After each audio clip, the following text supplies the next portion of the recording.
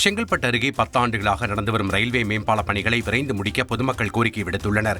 செங்கல்பட்டு அடுத்த உத்திவாக்கம் பொன்விளைந்த களத்தூர் இடையே உள்ள ரயில்வே கிராசிங்கில் மேம்பாலம் கட்ட கடந்த 2011 அறிவிப்பு வெளியிடப்பட்டு 2023 பணிகள் தொடங்கப்பட்டன. மேம்பால பணிகளால் 10 கிலோமீட்டர் சுற்றி செல்லும் சூழல் உள்ளதாக அப்பகுதி மக்கள் தெரிவித்துள்ளனர். எனவே மேம்பால பணிகளை விரைந்து முடிக்க மத்திய மாநில அரசுகளுக்கு பொதுமக்கள் கோரிக்கைகளை முன்வைத்துள்ளனர்.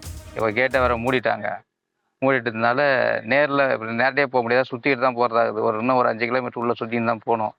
வண்டிங்க பஸ்ஸுங்க எதுவும் போக முடியல. இங்கேருந்து யாருன்னா ஹாஸ்பிட்டலுக்கு வரணுன்னாலும் ரொம்ப கஷ்டமாக சுற்றின்னு தான் வராங்க. இந்த பாலம் கொஞ்சம் சீக்கிரம் முடிச்சு கொடுத்தாங்கன்னா ஜனங்க போக வர கொஞ்சம் சௌகரியமாக இருக்கும். இன்னும் வேலைக்கு போகும்போது சிரமப்படுறாங்க சார். இந்த பணியை விரைவாக பணியாளர்களை கூடுதலாக வச்சு விரைவாக முடிக்கணும் சார்.